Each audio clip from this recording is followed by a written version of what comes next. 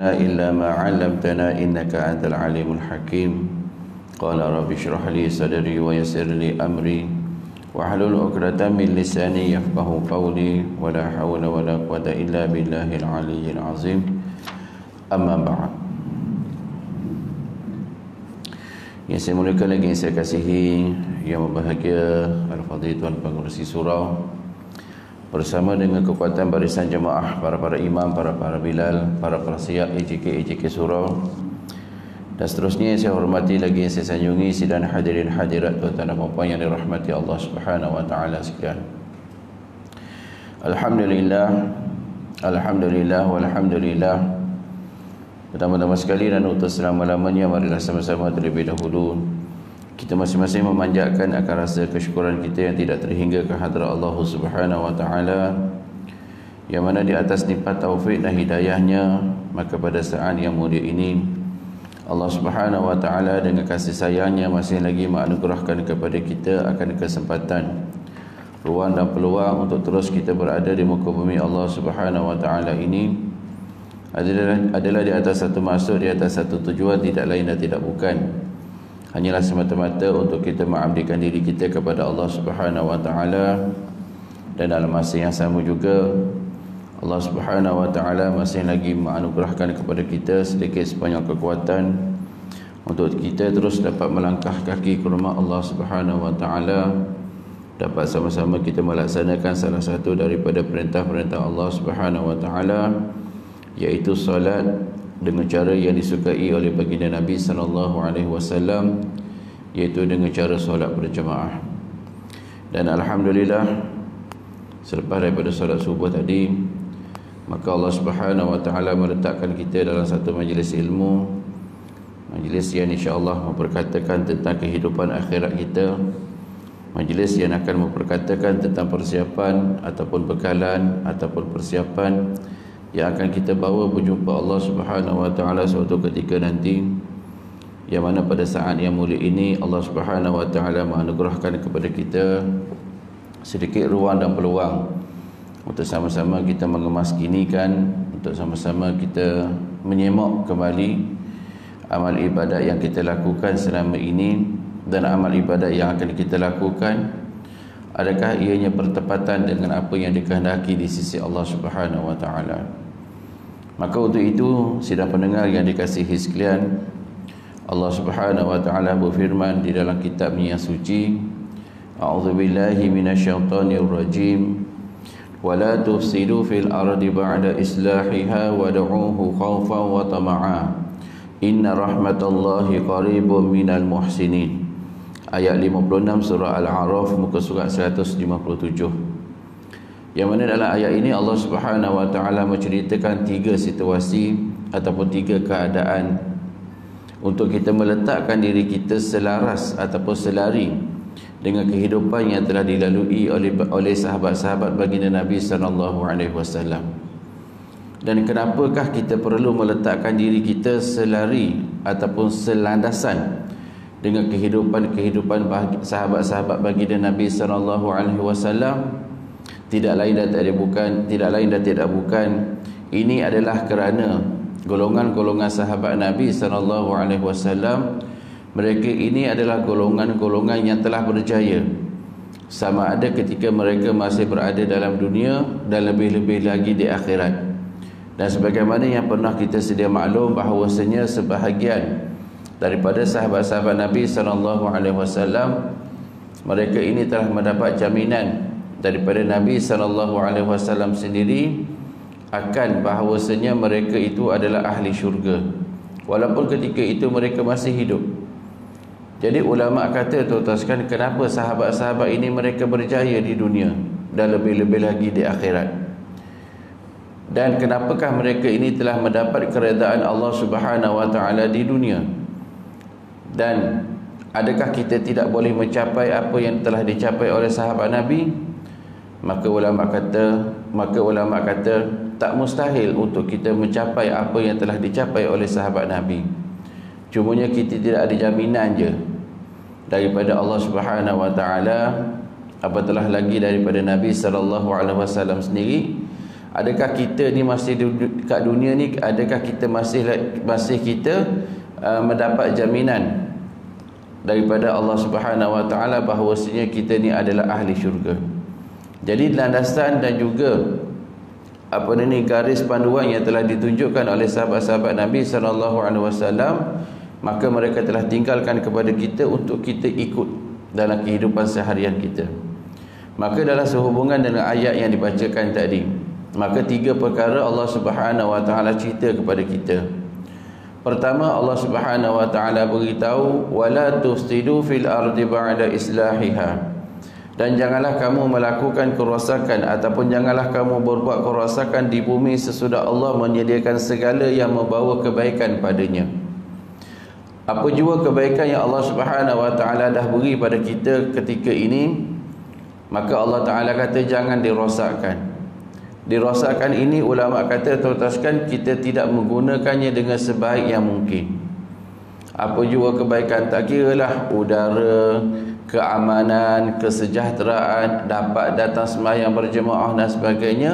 Ini semua kebaikan-kebaikan yang Allah Ta'ala telah beri pada kita, yang mana perkara ini kita telah bincangkan dalam pertemuan kita sebelum-sebelum ini. Kalau dulu masa zaman PKP, masa ketika PKP, kita heboh, kita kecoh, kita bising bila nak buka masjid, bila nak buka surau dan sebagainya. Sekarang ni dah buka dah masjid kita, dah buka dah surau kita, kenapa kita masih lagi tidak mampu untuk datang? Bukan kerana Allah Ta'ala tak pilih, pasal kita sendiri memang cari pasal. Kita sendiri memang tak nak datang. Itu sebabnya tuan-tuan dan perempuan yang dikasihi sekalian, masyarakat kita ni dia kadang-kadang pelik. Apa yang dah bagi kita tak nak, apa yang tak ada bagi, itu yang dulu heboh tu. Sekarang ni Allah Ta'ala bagi kita datang surau, datang je lah. Sekarang ni Allah Ta'ala datang, Allah Subhanahu Wa Ta'ala beri kita peluang untuk datang ke masjid, datanglah. Kalau dulu masa tak bagi, kita panjat pagar, sanggup panjat pagar. Ada satu masjid tu nak sembahyang Jumaat, sanggup bergaduh dengan EJK masjid. Aku tak kira, aku nak datang, aku nak masuk juga, kata dia. Itu yang bergaduh. Yang Rasulullah jangan ceritalah. Kau tinggal, bolehlah seorang je lagi, kata dia. Dengan EJK pun tengok kiri kanan, berapa, kata dia. 50 mana cukup? Ya Allah, makan Rasulullah, kata dia. Bagi 100, Alhamdulillah, kata dia. Alhamdulillah, kan. Tak nak ceritalah nak masjid mana, nanti kena gang pula. Jadi sampai tahap macam tu, nak sembahyang Jumaat tu sekalian sanggup melakukan apa sahaja. Pasal apa? Banyak perspektif yang berlaku dalam masyarakat kita. Kalau tinggal sembahyang 3 kali tu sekalian, kita takut. Kita takut, kita risau, takut terjadi sesuatu perkara. Tapi tinggal sembahyang fardu, kita tak heran, kita tak risau, kita tak bimbang. Pasal apa? Boleh qada, kata kita. Sembahyang Jumaat mana boleh qada, ustaz siapa kata? Marah pula dia, pandai pula datang situ. Tapi sembahyang fardu dia kata tak apa, boleh qada. Itu sebabnya tuan-tuan sekalian, kalau kita tengok benda ni dah lama berlaku ni. Dah lama sangat dah, daripada zaman entah berapa keturunan dah.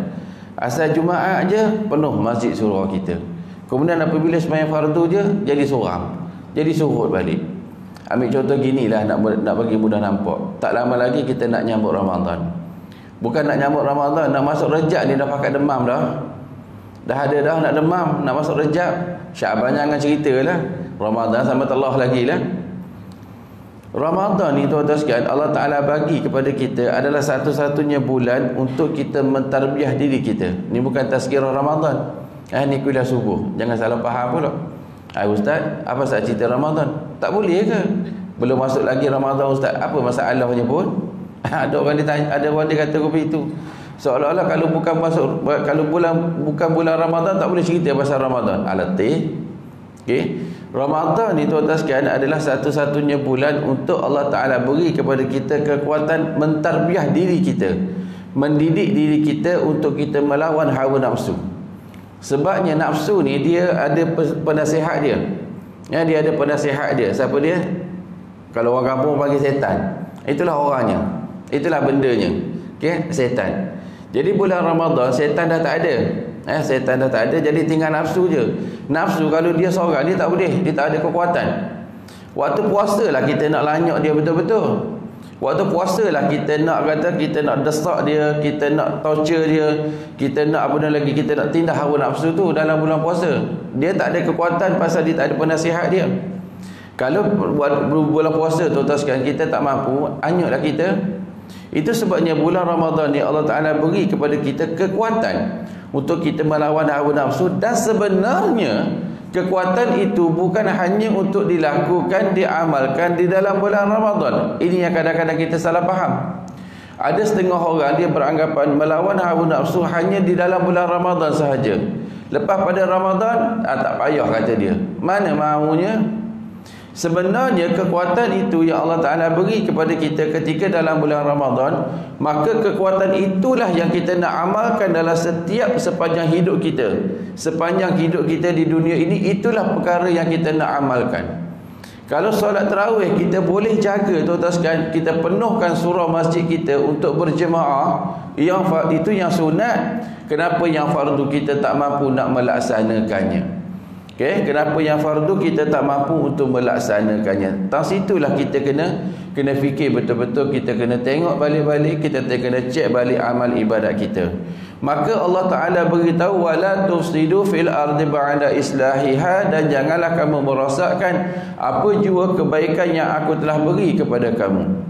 Kebaikan-kebaikan banyak, kalau nak cerita satu persatu tuan-tuan sekalian tak habis kebaikan yang Allah Ta'ala dah beri pada kita. Dan sekarang ni apa yang paling kita boleh nampak sekarang ini, ketika ini, iaitu kebaikan yang mana kita dapat sama-sama hadir ke rumah Allah Subhanahu Wa Taala ini. Maka gunakanlah peluang ini, gunakanlah masa ini sebelum tiba suatu masa yang mana kita takut berlaku lagi sekiranya perkara yang sama dahulu. Okey, sekarang pun dah ada hing-hing dah. Okay, kena ambil dos ketiga lah untuk menyambut Aidilfitri lah, kena gitu gini apa semua. Udah seram sejuk kita. Okay, macam-macam. Itu biarlah tuan-tuan, itu kerja demo biar je kalah. Sekarang ni kita nak tumpukan kerja kita ni. Kerja demo biar demo buat kerja demo, kerja kita buat kerja kita. Selesai masalah. Kalau kita duduk ngirakan hal orang tuan-tuan sekalian sampai kiamat tak selesai. Itu sebabnya ulama tuan-tuan sekalian, kalau kita perasan kenapa lepas pada PKP kita kena semayang berjarak. Perasan tak? Untuk jaga kesihatan, untuk jaga benda ni, penjarakan. Itu je tahu, faham. Tapi ada satu benda kadang-kadang kita tak berapa perasan. Kenapa selepas daripada Kenapa selepas daripada PKP kita disuruh untuk semayang berjarak? Ulama tafsir tuan-tuan sekalian, kalau dulu masa semayang rapat-rapat, kita perasan tak tentang ibadat yang kita buat ketika itu?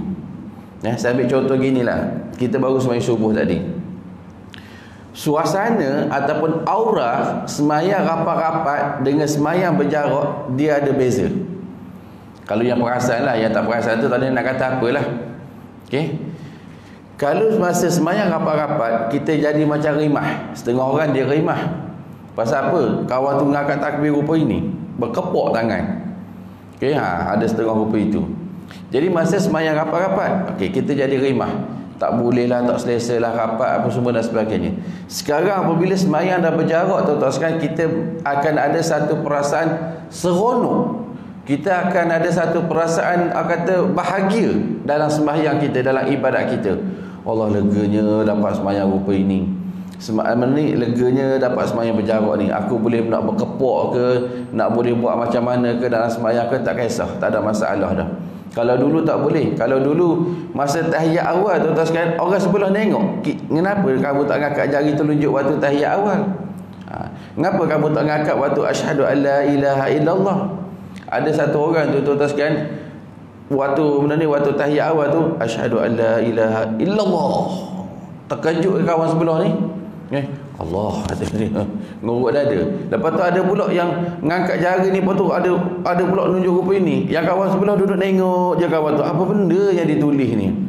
Macam-macam Sekarang tuan-tuan sekalian dah berjarak, lantak pi lah tuan-tuan nak berkelipung apa semua ke, lantak pi lah, tak ada siapa nak heran dah. Jadi sebenarnya ulama kata tuan-tuan sekalian, sembahyang berjarak ni dia memberikan kepada kita satu gambaran yang jelas bahawasanya sekarang telah bermula satu situasi yang mana kita kena tengok ibadat kita sendiri. Kita cek ibadat kita, kita cek solat kita. Adakah solat saya ini solat yang sempurna? Adakah solat saya ini solat yang bertepatan apa yang dikehendaki di sisi Allah Subhanahu Wa Taala? Waktu ni tuan-tuan sekalian tak ada masa dah nak tengok sembahyang orang, nak tengok kawan tu ngangkat jari telunjuk ke tidak, nak tengok kawan tu gini apa semua dah tak ada dah. Sekarang ni kita nak tumpukan pada ibadat kita ni. Itu sebab ulama gariskan kepada kita lepas pada PKP ni sembahyang kena berjarak, di samping untuk menjaga penjarakan sosial, tetapi sebenarnya ada maksud yang tersirat dan tersurat, iaitu bermulanya ketika ini adalah solat yang kita lakukan itu adalah untuk kita mentarbiah ataupun kita semok akan ibadat solat yang kita lakukan itu. Maksudnya tuan-tuan sekalian, tak payah dah nak tengok orang dah. Tak payahlah nak cek orang punya solat. Tak payahlah kita nak tengok nak renung orang punya dan sebagainya. Itu sebabnya sekarang ni bermulanya masa ataupun zaman untuk kita tengok balik ibadat-ibadat kita, bertepatan dengan ayat, sehubungan dengan ayat yang dibacakan tadi. Sebagaimana yang saya katakan, ada 3 benda Allah Ta'ala cerita. Pertama, Allah Ta'ala kata, jangan dirosakkan apa jua kebaikan yang aku dah beri kepada kamu. Wala tufsidu fil ardi ba'da islahiha. Yang kedua, Allah Ta'ala kata apa? Wada'uhu khawfan wa tama'an. Dan berdoalah kepadanya dengan perasaan bimbang kalau tidak diterima, dan juga dengan perasaan terlalu mengharapkan supaya makbul. Jadi ayat yang kedua, Allah Subhanahu Wa Ta'ala memerintahkan kita agar dalam setiap aspek ibadat yang kita lakukan itu hendaklah disertakan dengan pengharapan dan juga doa kepada Allah agar diterima akan ibadat yang kita lakukan itu, khususnya ibadat solat. Tak kiralah puasa ke, zakat, haji, umrah, sedekah dan sebagainya, dan lebih-lebih lagi akan ibadat solat itu sendiri. Kerana apa? Kerana inilah, sebagaimana yang saya nyatakan tadi, inilah masanya yang mana kita nak tengok balik ibadat-ibadat kita. Kalau selama ni tuan-tuan dan puan-puan yang dikasihi sekalian, kita semayang tu kadang-kadang kita rasa dah lega dah selesai dah. Lepas beri salam tu, Assalamualaikum warahmatullahi, Assalamualaikum warahmatullahi, dah lega dah habis dah semayang subuh. Seolah-olah rupa itu. Sedangkan apa yang dikehendaki di sisi Allah Subhanahu Wa Taala iaitu kualiti solat. Okey, bukan kuantiti sebagaimana yang pernah kita bincangkan sebelum ini. Yang penting sekali yang kita nak jaga dalam ibadat kita iaitu kualiti. Kualiti ibadat. Bagaimana kualiti puasa kita. Kalau dulu tuan-tuan sekalian, zaman kita puasa, zaman kanak-kanak tu macam mana gaya kita puasa. Lepas tu masuk remaja, masuk zaman kita dah kata dah tua, masuk zaman kita pencet. Kita puasa Ramadan 30 hari ataupun 29 hari. Bermula daripada lepas subuh sampailah kepada azan maghrib. Sepanjang hari tu tuan-tuan sekalian, apa yang dikehendaki di sisi Allah Ta'ala iaitu kualiti berpuasa. Sebagaimana yang pernah kita sedia maklum, puasa ni untuk apa? Kenapa perlu kita puasa dan sebagainya? Macam-macam.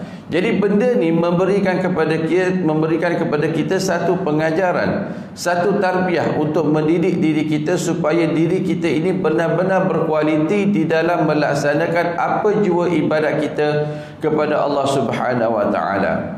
Jadi dalam ayat dalam sehubungan perkara yang kedua tadi, Allah Taala beritahu, Allah Subhanahu Wa Taala perintahkan kita agar kita sentiasa berdoa kepada Allah Subhanahu Wa Taala dengan penuh pengharapan dan juga dengan perasaan bimbang kalau ibadat kita itu tidak diterima. Kita seolah-olah tuan-tuan sekalian, kalau kita tengoklah ibadat kita selama ni, lepas bagi salam tu kita kata apa? Tak apalah, nak terima-terimalah, tak nak terima udahlah, kata kita. Selama je cakap apa itu, seolah-olah benda ni tak ada masalah bagi kita. Okey, Allah Ta'ala nak terima, terimalah, tak nak terima udah nak macam mana. Ini pun nasib baik aku sembahyang, kata dia. Jangan main-main dengan orang rupa itu, bukan tak ada. Ini pun nasib baik aku sembahyang. Kalau aku tak sembahyang, macam mana? Kalau ada orang rupa itu, tuan-tuan sekalian, tuan-tuan larilah, jangan duduk dekat, takut kena panah peti. Kalau kena dia seorang tak apa, takut tepiah dengan kita kena. Jadi huru-hara. Okey. Jadi jangan kita nak belagak lah, janganlah kita nak cakap besar apa semua dan sebagainya. Sekarang ni sebagaimana yang saya nyatakan tadi, kita tengok balik ibadat kita. Kita cek balik ibadat kita. Kita postmortem balik ibadat-ibadat yang kita lakukan ini. Maka sidang pendengar yang dikasihi sekalian, maka dalam daya usaha untuk kita mempertingkatkan ibadat kita kepada Allah, dalam usaha untuk kita mencari redha Allah, dalam usaha untuk kita mencari untuk mencari perhatian Allah Subhanahu wa taala di dalam ibadat-ibadat yang kita lakukan ini, maka perkara yang sama Allah Subhanahu wa taala beri kepada kita, inna rahmatallahi qaribun minal muhsinin. Sesungguhnya rahmat Allah itu dekat kepada orang-orang yang memperbaiki amalannya. Jadi maksudnya tuan-tuan sekalian, jika ada sebahagian daripada kalangan masyarakat kita yang mana mereka ini berusaha untuk mempertingkatkan amal ibadat mereka ataupun memperbaiki amal ibadat mereka, maka yakinlah, percayalah akan janji Allah yang mana Allah Subhanahu wa taala akan sentiasa bersama dengan mereka-mereka ini. Orang yang ada keinginan, orang yang ada keazaman, orang yang ada kemahuan untuk memperbaiki amalan-amalan mereka, maka rahmat dan juga pertolongan Allah, perhatian Allah akan sentiasa ada bersama-sama dengan mereka. Ini janji Allah. Allah sendiri yang beritahu kepada kita, inna rahmatallahi qaribun minal muhsinin. Pegang kata-kata Allah Ta'ala ini untuk dijadikan sebagai satu dorongan dalam kita mempertingkatkan amal ibadat kita kepada Allah Subhanahu wa Ta'ala. Namun jangan kita lupa, jangan kita terlepas pandang dalam usaha kita beribadat kepada Allah Subhanahu wa Ta'ala, maka kita tidak boleh terlepas daripada godaan, dan kita tidak boleh terlepas daripada godaan nafsu dan juga syaitan. Mereka berdua ni akan tetap berusaha untuk memesongkan kita dalam usaha kita beribadat kepada Allah. Itu sebab Allah Ta'ala beri kepada kita Ramadan. Itu sebab Allah Ta'ala kurniakan kepada kita Ramadan untuk kita mendidik hawa nafsu kita. Maka Ramadan yang akan datang nanti tuan-tuan sekalian, maka manfaatkan Ramadan tersebut dengan sebaik mungkin. Dengan sebaik mungkin untuk kita didik betul-betul diri kita, dan didikan yang kita lakukan ketika dalam Ramadan itu bukan hanya terputus bukan terputus selepas daripada Ramadan, maka ianya hendaklah diamalkan sepanjang-panjang hidup kita sehinggalah kita bertemu Allah Subhanahu wa taala suatu ketika nanti. Maka sidang pendengar yang dikasihi sekalian, maka perkara inilah yang mana kita nak kena kemahkan betul-betul dalam ibadat kita. Maka sehubungan dengan perkara itu, kita pada pagi yang mulia ini, sebagaimana yang pernah saya janjikan, apabila dalam pertemuan kita ini untuk kita kongsikan bersama-sama berkenaan tentang beberapa kesalahan dan juga kesilapan kita ketika kita melaksanakan ibadat solat kita. Yang mana pernah saya nyatakan kepada tuan-tuan dan puan-puan sebelum ini, bahawasanya dalam rukun solat ada 13 perkara. Kemudian 13 perkara itu dia terbahagi kepada 3 kategori, dan salah satunya ianya dinamakan rukun qauli. Rukun qauli ada 5 tempat, dan saya ulang sekali lagi syarat-syarat rukun qauli, iaitu pertama hendaklah disebut dengan suara, yang kedua didengari oleh telinga kita, dan yang ketiga dijaga akan segala makhraj-makhraj huruf. Kemudian 3 syarat rukun qauli ini dimaafkan ataupun terbatal apabila berlaku 2 perkara ataupun salah satu daripada 2 perkara. Pertama, apabila pekak. Kalau dah pekak tuan-tuan sekalian, maka 3 perkara ini terbatal. Yang kedua iaitu berada dalam keadaan suasana yang bising. Hari itu pun kita dah bincangkanlah dahulu bagaimana apa yang disebutkan dalam suasana yang bising. Jadi pada pagi ini tuan-tuan sekalian, kita nak sambung sedikit lagi perbincangan kita berkenaan tentang kesalahan-kesalahan dalam solat, khususnya berkenaan tentang rukun qauli. Berkenaan tentang rukun qauli. Yang kedua iaitu rukun qauli yang kedua diceritakan dalam kitab-kitab fiqh, iaitu yang kedua iaitu membaca surah Al-Fatihah. Membaca surah Al-Fatihah di dalam setiap rakaat yang kita lakukan. Dan membaca surah Al-Fatihah ini merupakan salah satu daripada rukun qauli, dan ianya adalah daripada salah satu 13 rukun. 13 rukun dan dia termasuk dalam rukun qauli. Dan membaca surah Al-Fatihah ada 3 syarat sebagaimana yang pertama hari itu, iaitu takbiratul ihram. Saya tak nak cerita dah tentang takbiratul ihram, kita dah ulas dah secara panjang lebar. Okey. Yang kedua, rukun qauli yang kedua iaitu membaca surah Al-Fatihah. Bermula daripada Bismillahirrahmanirrahim sehinggalah kepada waladdallin. Itu nak kena jaga semua tu. Disebut dengan suara, didengari oleh telinga kita dan dijaga akan segala makhraj huruf. Tuan-tuan dan puan-puan yang dikasihi sekalian, satu peringatan mesra untuk renungan kita bersama pada pagi yang mulia ini. Perkara ni banyak berlaku dalam masyarakat kita dan kadang-kadang kita rasa benda ni tak ada masalah. Kita rasa benda ni tak ada masalah, tapi sebenarnya itulah masalah paling besar. Itu sebab suruh datang belajar, itu sebab suruh datang mengaji, itu sebab suruh datang duduk kuliah. Nak belajarkan benda ni. Sebagaimana yang saya tekan tadi, perkara paling penting yang kita nak kena jaga iaitu kualiti. Kualiti hasil kerja kita ataupun kualiti ibadat solat kita. Tuan-tuan dan puan-puan yang dikasihi sekalian, membaca surah Al-Fatihah merupakan salah satu daripada rukun qauli dan dia termasuk dalam rukun solat. Kalau baca Fatihah dah tak betul, kalau baca Fatihah dah tak sempurna, tuan-tuan sekalian, maka ulama kata kita adalah orang yang paling rugi. Ulama kata kita adalah orang yang paling rugi. Pasal apa? Bisnes tak cukup modal. Bisnes tak balik modal lah istilahnya rupa itu. Cukup tahun, cukup bulan, kira-kira Allah rugi kali ni. Itu keuntungan dunia, itu bisnes dunia. Bisnes dunia kita kata tak apalah rugi hari ni, esoklah kita pertingkatkan lagi. Tapi keuntungan ni perniagaan dunia, akhirat kita tak jaga, kita tak kisah. Itu yang kita jadi rugi tu. Bagaimana yang pernah saya ceritakan tuan-tuan sekalian berkenaan tentang pertemuan kita dengan Allah Subhanahu Wa Taala suatu masa nanti. Pertemuan yang menjadikan titik tolak sama ada kita bahagia ataupun sebaliknya. Okey. Jadi membaca Al-Fatihah ni, apa yang saya nak cuba sampaikan pada pagi ini iaitu sebabnya benda ni banyak kali berlaku. Banyak kali berlaku sama ada sebelum PKP ataupun selepas daripada PKP. Dan PKP ni juga sebenarnya tuan-tuan sekalian dia memberikan kepada kita satu peluang. Satu peluang untuk kita cek balik ibadat-ibadat kita. Sebagaimana yang saya ceritakan tadi, apabila sembahyang berjarak ni, tengok ibadat kita sendiri, cek ibadat kita. Tak payahlah nak tengok ibadat orang. Tapi kalau dah nampak kawan tu salah, tegurlah, jangan tak ditegur.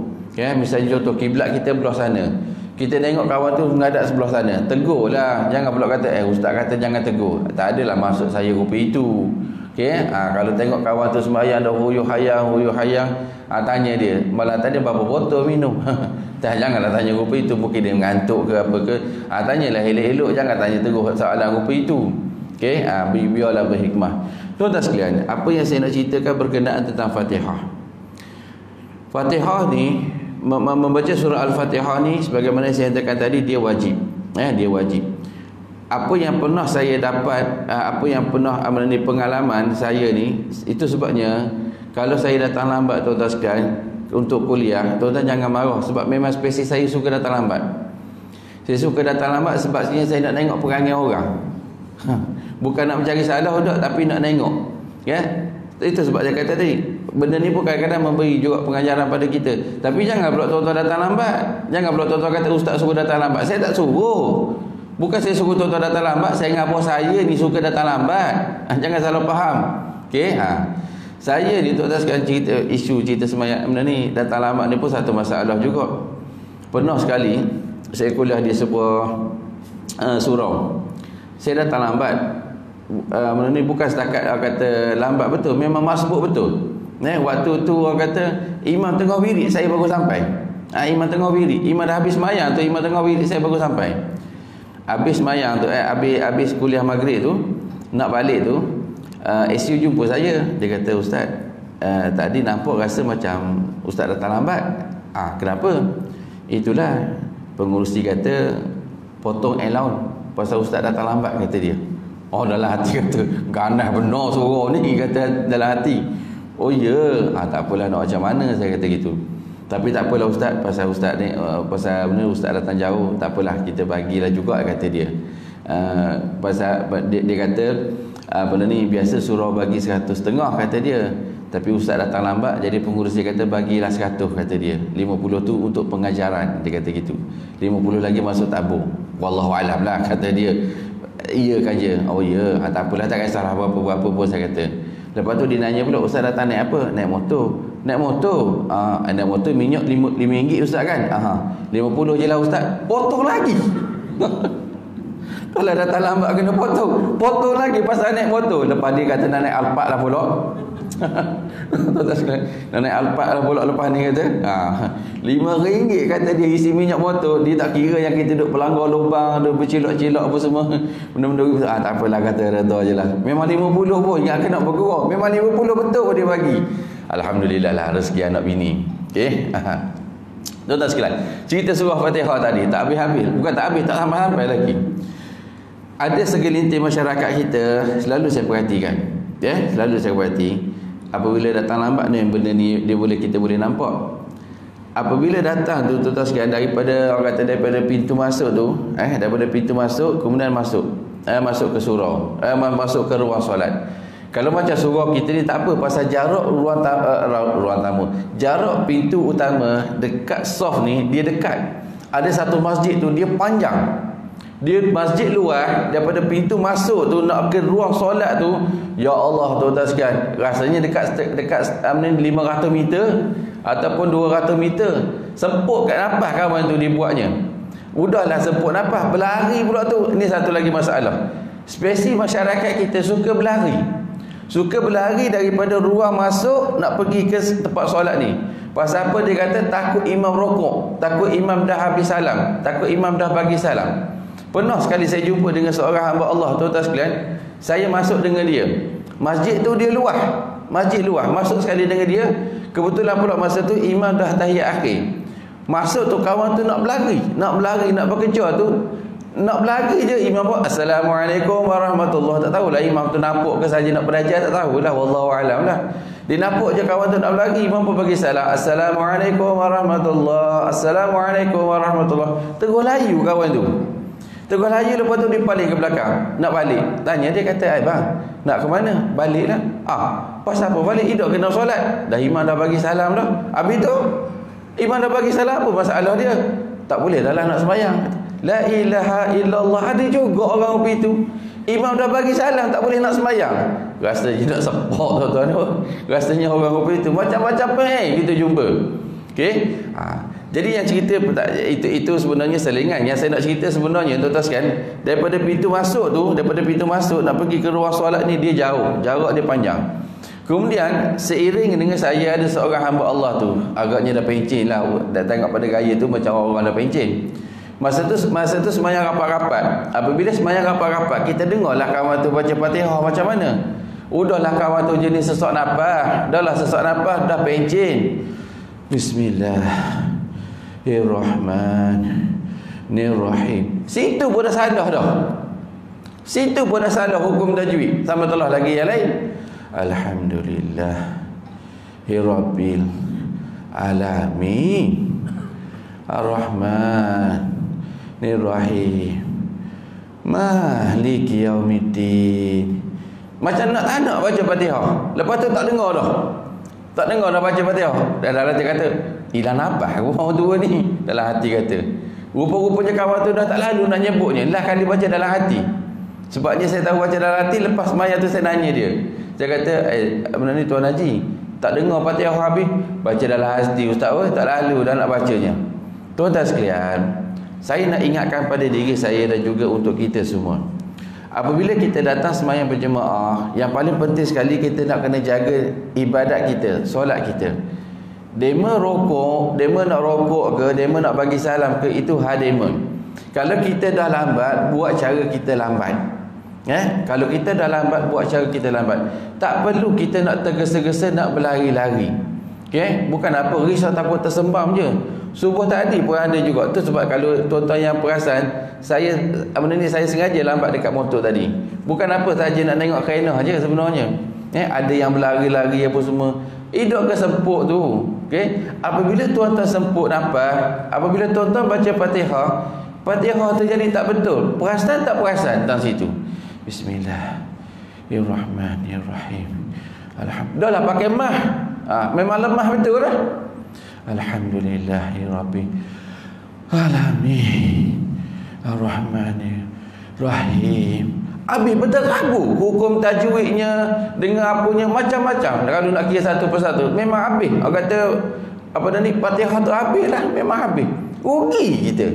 Jadi rugi, jadi sia-sia tu datang berlari-lari apa semua. Bukan nak marah hidak, tapi nak ngabah. Tapi istilah tu lebih kurang macam nak marah juga dah tu. Okey. Jadi tuan-tuan dan puan-puan yang dikasihi, tak payahlah nak berlari-lari. Ustaz nanti imam sujud, ustaz lantak dia nak sujud ke, dia nak tahiyat awal ke, dia nak tahiyat akhir ke, terserahlah pada dia. Ustaz nanti imam bagi salam, biarkan. Ustaz nanti tu bila nak tutup pintu, semayang kat luar, apa masalah dia? Siapa suruh datang lambat benar? Ini tok siap nak tutup pintu pagar baru dia sampai. Tu melampau benar. Okey. Jadi datang tuan-tuan sekalian dalam keadaan yang tenang. Itu sebab diceritakan dalam satu riwayat, ada satu riwayat ada sebab ada 2-3 orang sahabat Nabi, ketika itu dia datang nak sembahyang, Nabi perasan dia datang ni dalam keadaan berlari-lari sebab dia nak ngejar rakaat. Lepas sembahyang tu Nabi pesan, wahai sahabatku, janganlah kamu datang kepada solat dalam keadaan tergesa-gesa. Datanglah kepada solat dalam keadaan yang tenang. Sebabnya tuan-tuan sekalian, kita nak menghadap Allah. Nak menghadap Allah, biarlah dalam keadaan yang tenang, dalam keadaan kita benar-benar bersedia untuk menghadap Allah Subhanahu Wa Taala.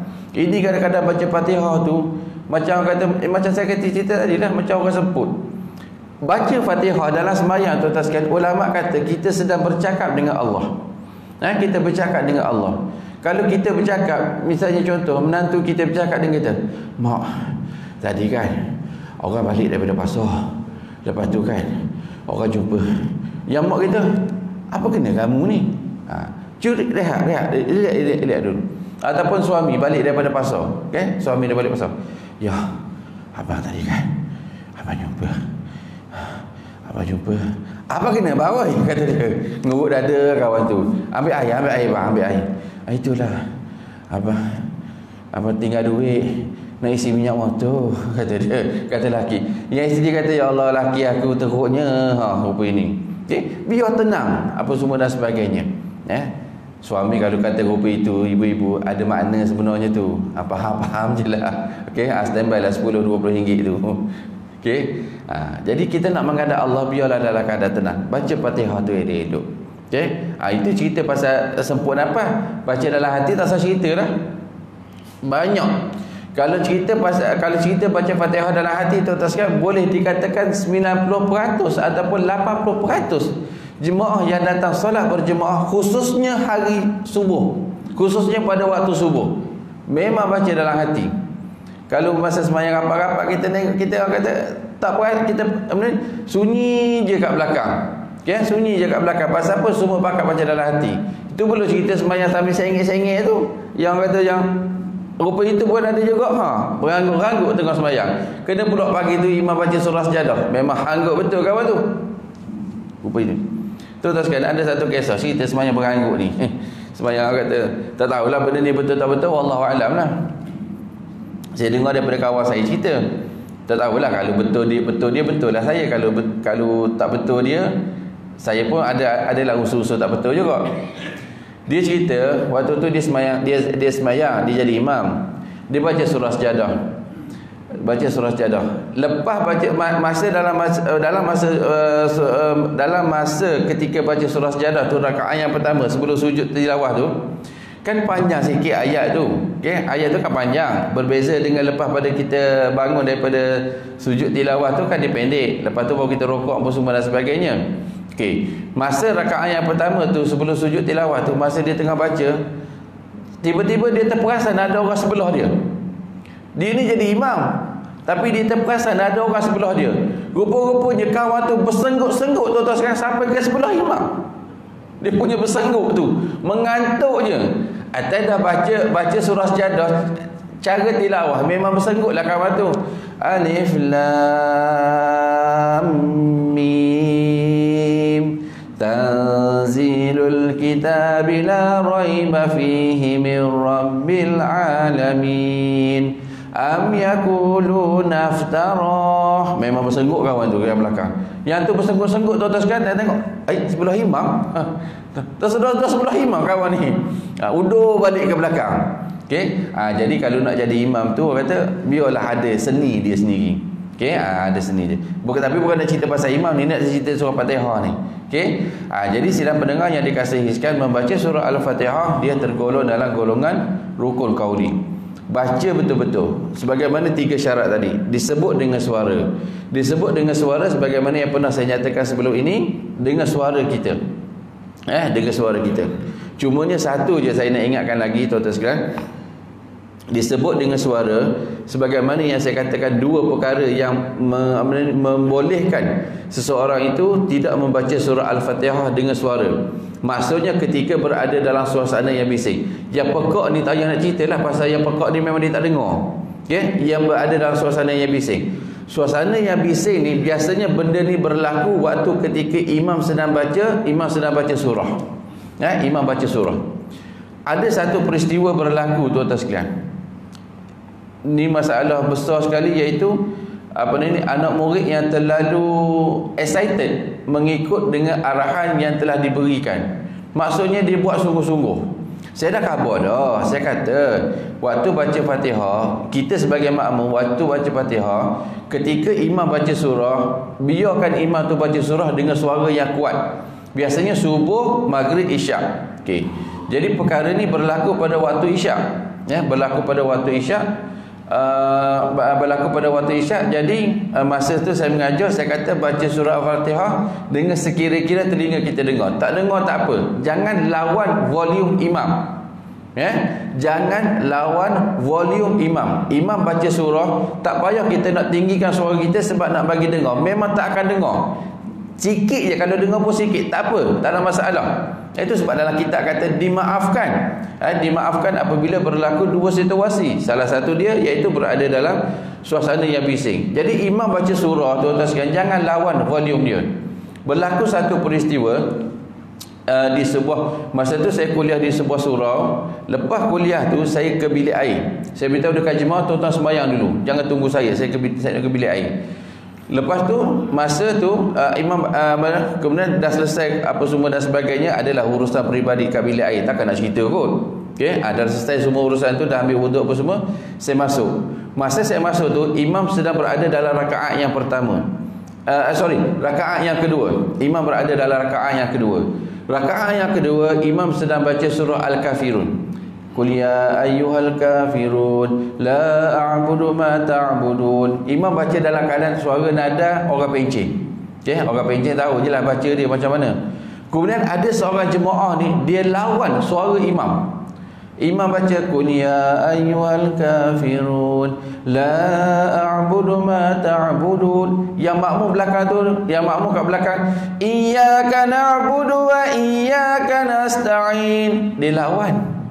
Lepas tu imam balas balik, la a'budu ma ta'buduna wa la antum 'abiduna ma a'bud.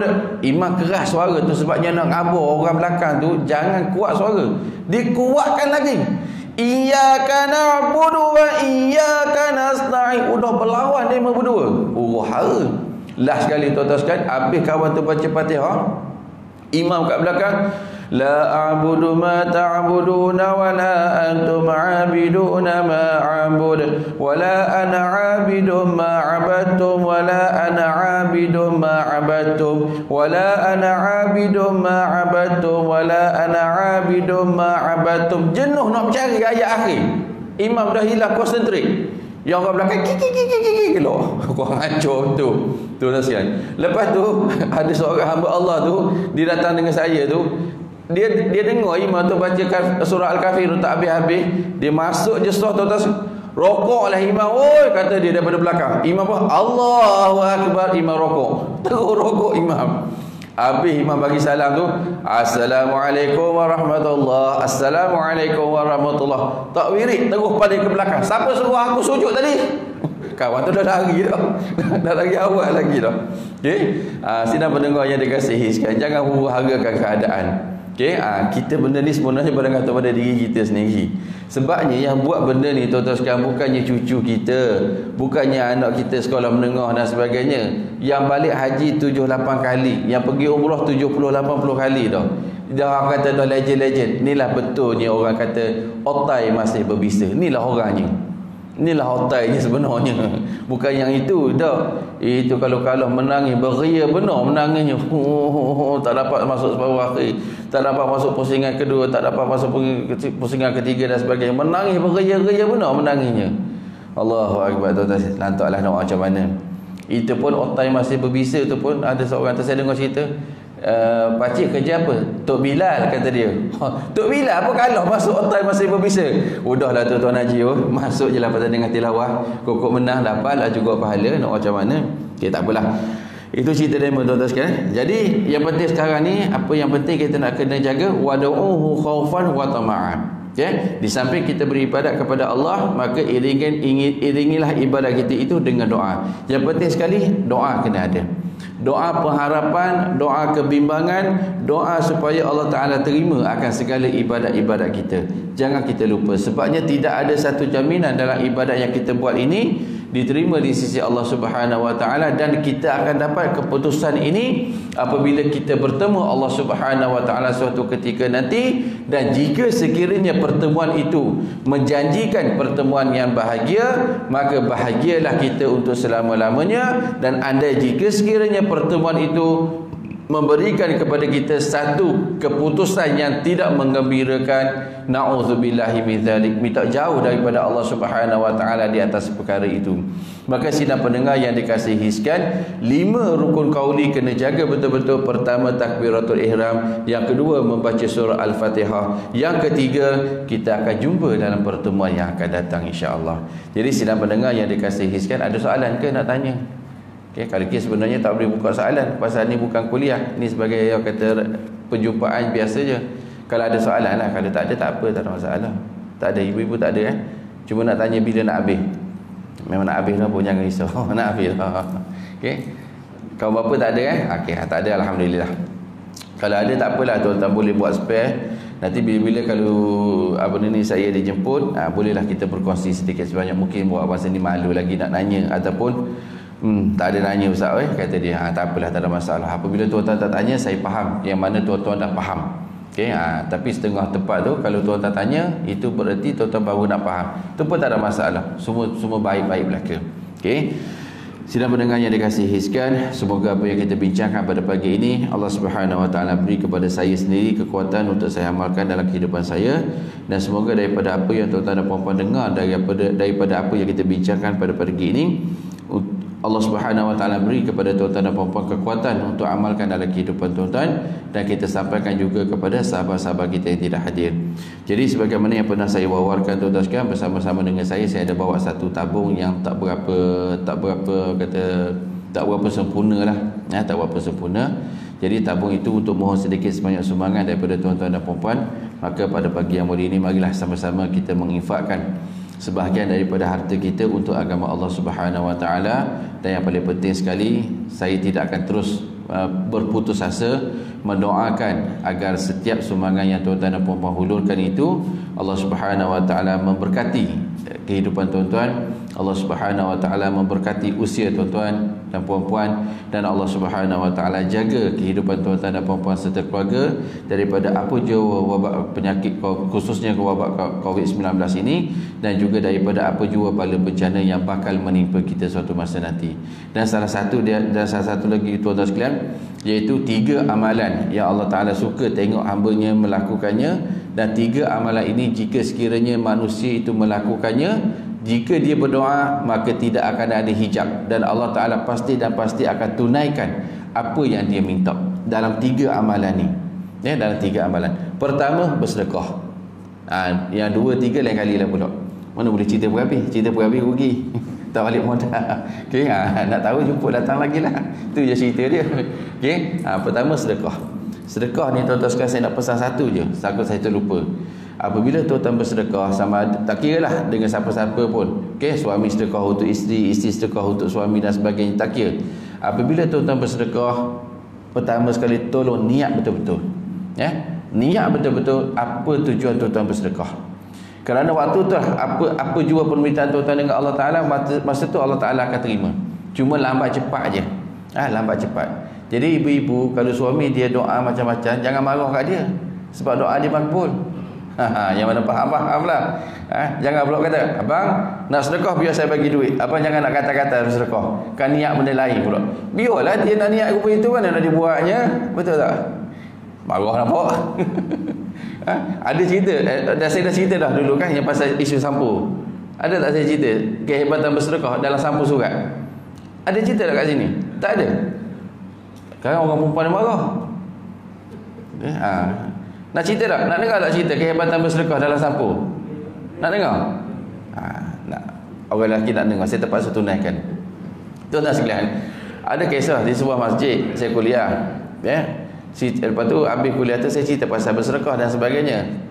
Allah Ta'ala bayar cash. Allah Ta'ala bayar cash. Tapi dia ada jarak masa sikit lah. Lepas habis kuliah tu, ada seorang hamba Allah, dia datang jumpa saya. Dia bagi satu sampul surat. Dia kata, ustaz ni ada sedikit sumbangan untuk ustaz, kata dia. Oh alhamdulillah, kata. Rasa sampul tu tebal juga tu rasanya. Tengok gaya tu macam orang London sikit lah. Tengok pada gaya tu. Ada sikit sumbangan ni ustaz, kata dia. Oh ya. Lepas tu ustaz tolong doa ya ustaz saya, kata. Doa apa tuan haji? Ada dalam sampul tu, kata dia. Okey, tak apalah. Saya balik tu kira-kira adalah banyaklah juga, tak nak cerita berapa. Okey. Kemudian dalam celah-celah tu tuan-tuan sekalian, kalau tuan-tuan perasan kan anak-anak kita ada jenis kertas nota yang jenis boleh tampal tu. Dia tampal tu dalam celah-celah kertas, dalam celah-celah duit sumbangan tu dia tampal. Ada sekeping nota tu dia tampal. Dia kata, ustaz tolong doakan supaya urusan saya kahwin lagi satu dipermudahkan. Ya tak apalah, orang dapat hajat kita buat je lah. Nak macam mana kan? Orang dapat hajat. Mintalah anak-anak tahfiz tolong buatkan. Tapi tak adalah ceritakan anak tahfiz rupa itu. Cumanya beritahu dia, kata ada hajat daripada sekian-sekian orang apa semua.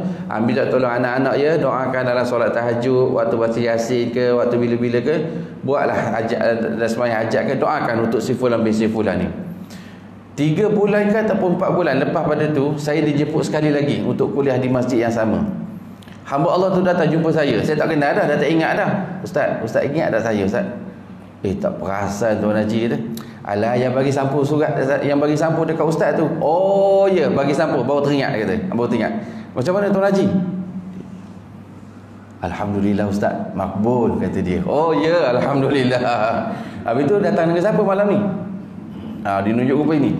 Maksudnya dia kena nombor 2 lah. Mana tuan haji? Dia pun nunjuk. Oh yo, Maya Karim. Bukan Maya Karim betul lah. Tak adalah, jangan salah faham. Cuma jawab kata cantiknya. Apa itu? Okay? Jadi nak ceritanya kehebatan bersedekah. Okay? Jadi yang mana nak bagi sampul tu bagilah, tak ada masalah lah. Jangan pula marah saya, ni cerita. Bukan Allah Ta'ala nak bagi cash. Nak buat macam mana? Okay? Rezeki dia lah. Okay? Rasanya malam ni, hari ni terakhir datang ni. Datang tahun depan pula lah nampak kerjanya. Okey, tuan-tuan dan puan-puan yang dikasihi sekalian, yang penting sekali niat tu yang penting, ya, niat tu yang penting.